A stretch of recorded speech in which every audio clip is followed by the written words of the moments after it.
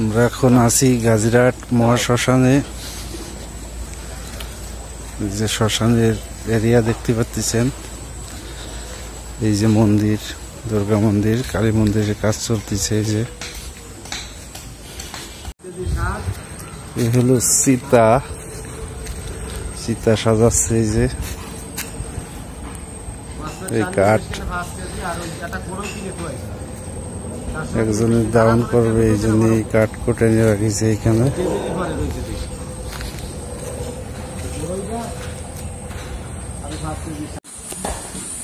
এই যে একটা অনেক পুরানো বট গাছ।